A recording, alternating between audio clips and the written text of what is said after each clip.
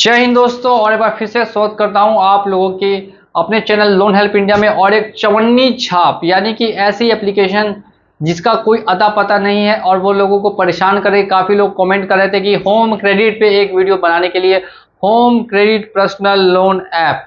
अगर आपने भी इस एप्लीकेशन से पर्सनल लोन लिया है तो ये वीडियो आप लोगों के लिए काफ़ी ज़्यादा इंपॉर्टेंट है। वीडियो को एंड तक वॉच कीजिएगा तो आपको सभी बातें क्लियर समझ में आएंगी।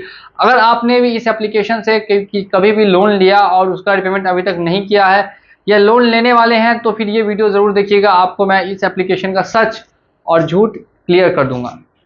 सबसे पहले उन लोगों का स्वागत है जो सबसे पहली बार चैनल पे आए और जिन्होंने चैनल को सब्सक्राइब नहीं किया, वो लोग चैनल को सब्सक्राइब करके बेल आइकन को प्रेस कर देंगे ताकि ऐसे ही इंफॉर्मेशन वाली वीडियोस आप तक सबसे पहले मेरी पहुंच सकें।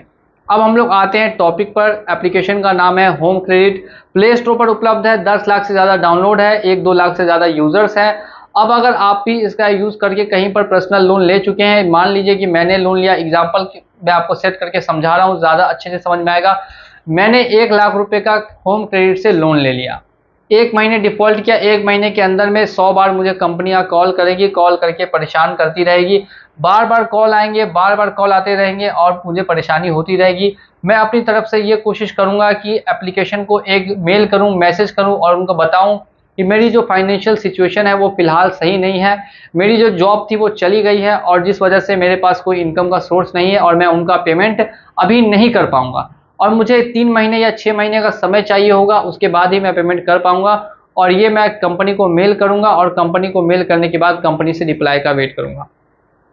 फॉर एग्जाम्पल कंपनी ने मेरे मेल को एक्सेप्ट कर लिया और मुझे मान लीजिए कि टाइम दे दिया। अब हो सकता है कि कंपनी टाइम नहीं भी दे, वो कंपनी पे डिपेंड करता है। तो अगर कंपनी ने मुझे टाइम नहीं दिया तो फिर मुझे क्या करना चाहिए? तो फिर मैं क्या करूंगा, डायरेक्टली जाऊंगा, अननोन नंबर्स के कॉल को ब्लॉक कर दूंगा, क्योंकि डेली 100 कॉल को रिसीव करना कहीं से भी सही उपाय नहीं है। अगर आप डेली इतने कॉल्स रिसीव करेंगे तो कंपनी आपको और ज़्यादा परेशान करेगी और ज़्यादा आप पे प्रेशर और दबाव बनाएगी। वो आपकी प्रॉब्लम्स को नहीं समझेंगे क्योंकि आपने अपनी प्रॉब्लम्स को समझाने की कोशिश की, बाय मेल आपने उनको मेल किया, लिखा, सभी बातें समझाई, लेकिन जब उनको समझ में नहीं आया तो फिर आप उनके नंबर को ब्लॉक करके रखिएगा। नहीं तो फिर कंपनियां आपको कॉल कर करके परेशान कर देगी और आप भी परेशान हो जाएंगे, आप स्ट्रेस में आ जाएंगे, डिप्रेशन में आ जाएंगे और अपने काम पे ध्यान नहीं दे पाएंगे।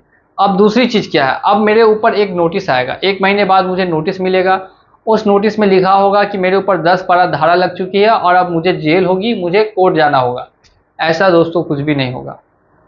इंडिया के अंदर में सबसे बड़ी डेमोक्रेसी है और लोन डिफ़ॉल्ट करने पे कभी भी आपके ऊपर क्रिमिनल केस नहीं होता, ये भी आप लोग जान लीजिए।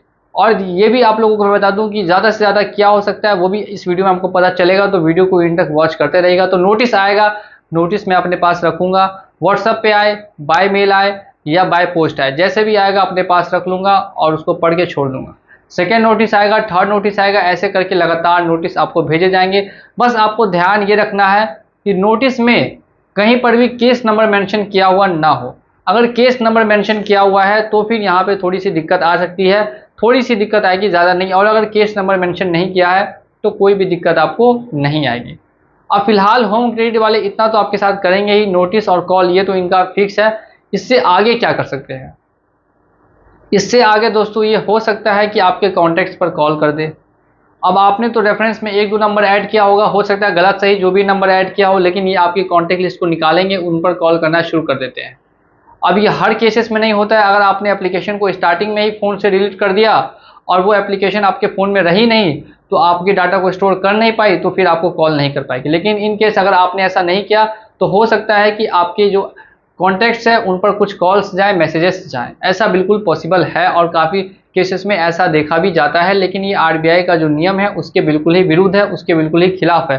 लेकिन फिर भी कंपनियां ऐसा क्यों करती है? ताकि उनका जो लोन है वो जल्द से जल्द रीपेमेंट हो सके। अब इसके बाद रिकवरी एजेंट्स को लेकर काफ़ी लोगों को प्रॉब्लम्स होती है। रिकवरी एजेंट को लेकर काफ़ी वीडियोस मेरी पहले आ भी चुकी है और मैं आपको फिर से बता दूं कि अगर रिकवरी एजेंट्स आपके घर पे आते हैं तो वो रिकवरी एजेंट्स 110% फर्जी होते हैं। अब आप लोग सोचेंगे कि मैं आखिर हर वीडियो में ऐसा क्यों बोलता हूं, तो इसके पीछे दोस्तों मेनली 2 कारण हैं।